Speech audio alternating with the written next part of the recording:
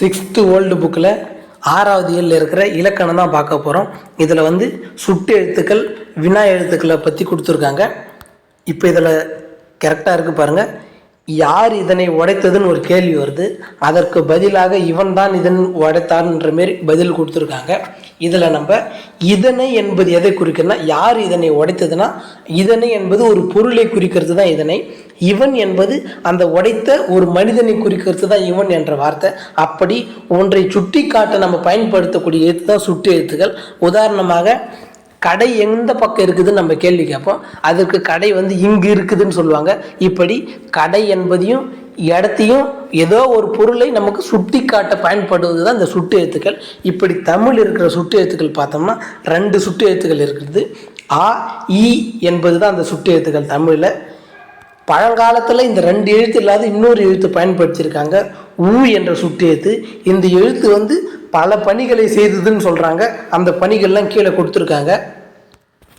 இப்போ அங்கேன்னு சொல்கிறோம், அது ரொம்ப தொலைவில் இருக்கிற பொருள் அங்கே இருக்கிறது அப்படின்னு சொல்கிறோம். இங்கே இருக்கிறதுன்னு சொல்லுவோம். அருகில் இருக்கிற பொருள் இங்கே இருக்கிறதுன்னு சொல்லுவோம். அருகில் இருக்கிற பொருளை நம்ம இங்கு இருக்கிறதுன்னு ஈன்னு சொல்லுவோம். தொலைவில் பற்றி சொல்லும் போது ஆண் பேசுவோம். இப்போ இது 2த்துக்கும் நடுப்பட்ட வேலையை செய்கிறது தான் இந்த ஊ என்ற எழுத்து. அது எப்படி செய்யுதுன்னு பார்க்கலாம். இப்போ உதுக்கான் என்ற ஒரு சொல் இருக்குது. அதுக்கு பொருள் என்னென்னா சற்று தொலைவில் பார். நம்ம ஏற்கனவே சொன்னோம், ஆனா அங்கே தொலைவில், அதற்கு கொஞ்சம் முன்னாடி சற்று தொலைவில் பார் என்பது தான் ஊ. உதுக்கான் என்றால் சற்று தொலைவில் பார் என்பது அதான் அதோட அர்த்தம். இதெல்லாம் ப்ரீவியஸ் இயரில் கேள்வி கேட்டிருக்காங்க. உதுக்கான் என்பது சற்று தொலைவில் பார். உப்பக்கம்னா முதுகு பக்கம்னு என்ற அர்த்தம். உதுக்கான்னா சற்று தொலைவில் பார், உப்பக்கம்னா முதுகு பக்கம். அடுத்தது உம்பர்னா மேலே என்று பொருள். மிசைனாலும் மேலேன்னு தான் நம்ம பார்த்தோம். மிசைனாலும் மேலே என்று தான் பொருள்.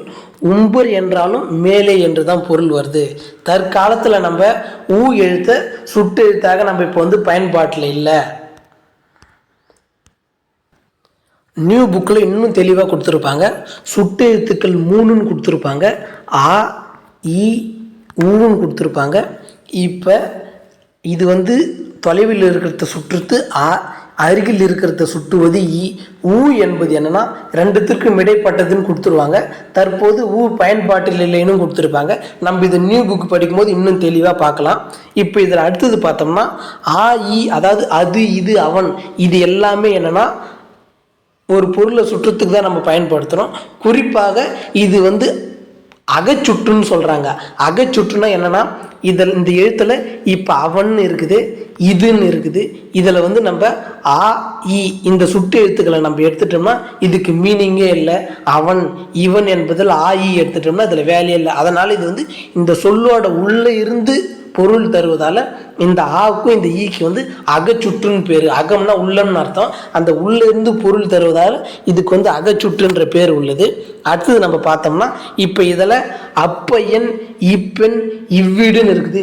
இதில் ஆ எடுத்துட்டாலும் ஈ எடுத்துட்டாலும், ஆ எடுத்துட்டா பையன்னு நிற்கும், ஈ எடுத்துட்டா பெண்ணுன்னு நிற்கும், ஈ எடுத்துட்டாலும் வீடு நிற்கும். அப்போ இது இந்த சுட்டு எழுத்துக்களை நீக்கினாலும் பொருள் தருவது என்னன்னா புறச்சுட்டுன்னு பேர். இதெல்லாம் நியூ புக்கில் தெளிவாக கொடுத்துருப்பாங்க. இந்த ஆ இ இது எப்படி மாறுபடுதுன்னு நம்ம பார்த்தோம். அகச்சுட்டா புறச்சுட்டா.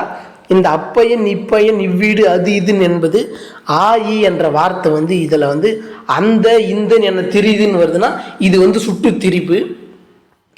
இப்போ அந்த இந்தன் பார்த்தோம், இது சுட்டு திரிப்பு. அவன் இவன் அது இதுனா இது அகச்சுட்டு, இது புறச்சுட்டு. இந்த ஆ இ வார்த்தை அந்த இந்தன் திரிஞ்சு வந்தால் இது சுட்டு திரிப்பு. இப்போ ஆய் என்ற சுட்டு எழுத்துக்கள் தனியாக நின்றுச்சுன்னா ஆண் பெண் அனைவரையும் பொதுவாக குறிக்கும். அவன் இவன் என்று ஆண் பெண் அனைவரையுமே பொதுவாக குறிக்கிறது தான் ஆ இ என்ற எழுத்து. அடுத்தது நம்ம வினா எழுத்துக்களை பற்றி பார்க்கலாம்.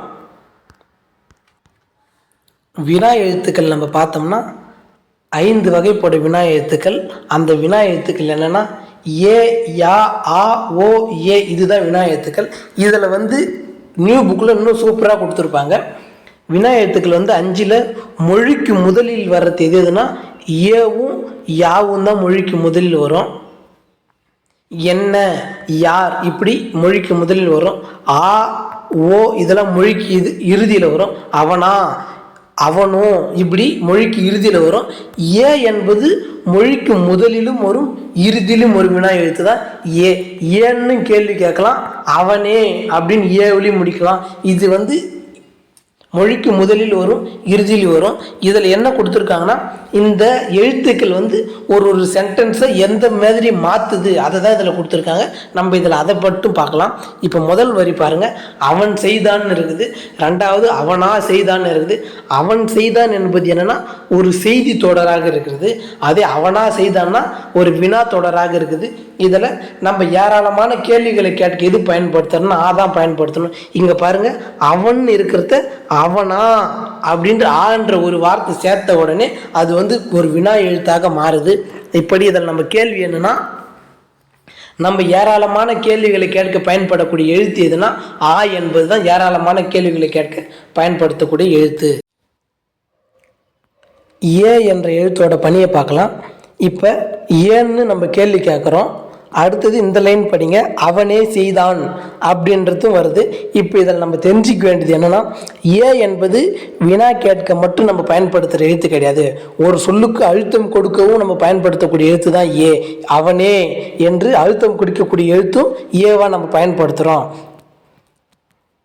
இப்போ இதில் பாருங்கள், சீதையே சிறந்த உணவே மருந்து என்று ஏ என்ற சொல்லு வந்து நம்ம வந்து அழுத்தம் கொடுக்க பயன்படுத்துகிறோம். அதாவது அதிகமான வினாக்களை கேட்க பயன்படுத்துகிறோம். கேள்வி கேட்க மட்டும் அல்லாமல் அழுத்தம் கொடுக்க பயன்படுத்தக்கூடிய சொல்லு வந்து பார்த்தோம்னா ஏ என்ற எழுத்து பயன்படுத்துகிறோம். இப்போ ஏ என்ற எழுத்துக்கு மாறாக தான் என்ற எழுத்து பயன்படுத்தும் வழக்கமும் இப்போது தமிழ்நாட்டில் இருக்குது. எப்படின்னு பார்த்தோம்னா, இதில் வந்து சீதையே சிறந்தவள் அழுத்தம் கொடுக்குறோம். இங்கே வந்து சீதை தான் சிறந்தவள், இங்கேயும் அழுத்தம் தான் கொடுக்குறோம். ஆக ஏ என்ற சொல்லுக்கு மாற்றாக தான் என்ற சொல் வந்து பயன்படுத்தும் வழக்கமும் வந்து விட்டதுன்னு தான் சொல்கிறாங்க. அடுத்தது நம்ம பார்க்க வேண்டியது அவ்வளோதான் ஃப்ரெண்ட்ஸ். இதோட இந்த இயல் வந்து முடியுது.